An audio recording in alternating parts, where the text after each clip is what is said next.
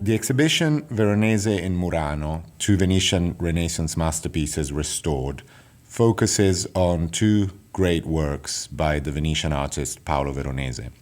They come from the island of Murano, which is half a mile northeast of Venice, and the paintings have remained on the island for the last 450 years.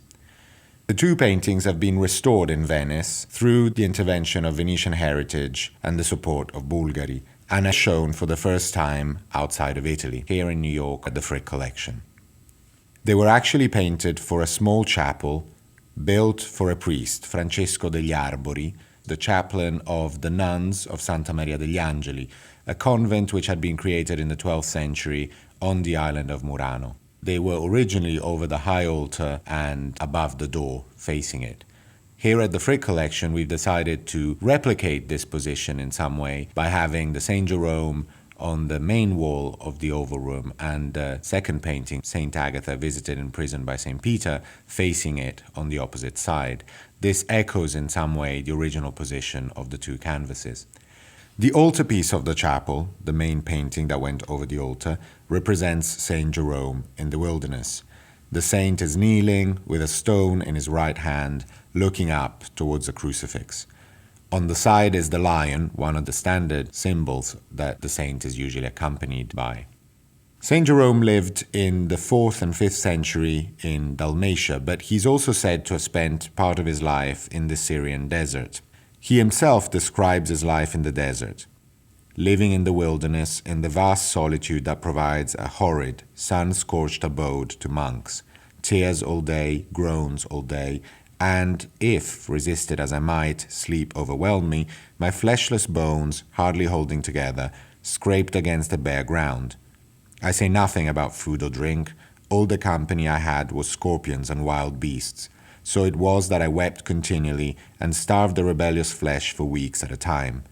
Often I joined day to night and did not stop beating my breast until the Lord restored my peace of mind.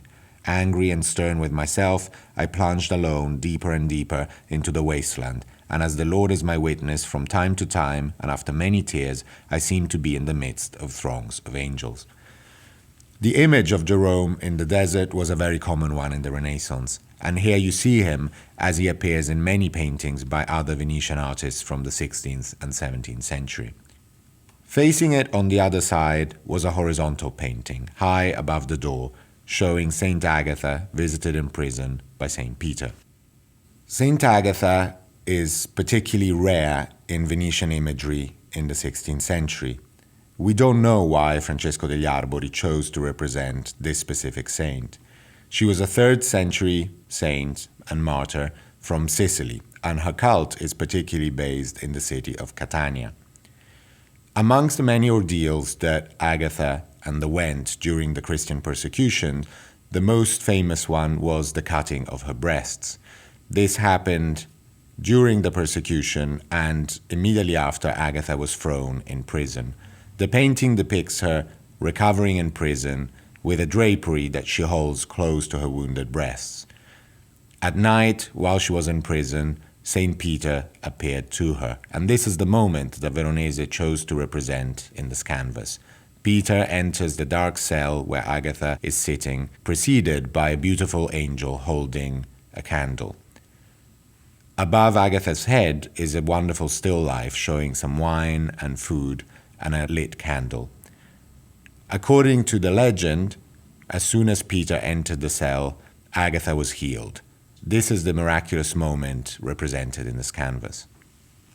The two images, therefore, together represented saints that Francesco degli Arbori must have been particularly devoted to, Jerome and Agatha. Both paintings are now shown in late 17th century frames. These are not the original frames, but were made for the paintings when they went into the Church of Santa Maria degli Angeli, and they represent extraordinary examples of woodwork from the 17th century in Venice. They've also been restored for the exhibition, and they're here shown in all their glory. The ensemble of paintings and frames serve as witnesses to the artistic glories of the island of Murano, and we very much hope that with this exhibition, the island will become a center that is better known for its artistic treasures.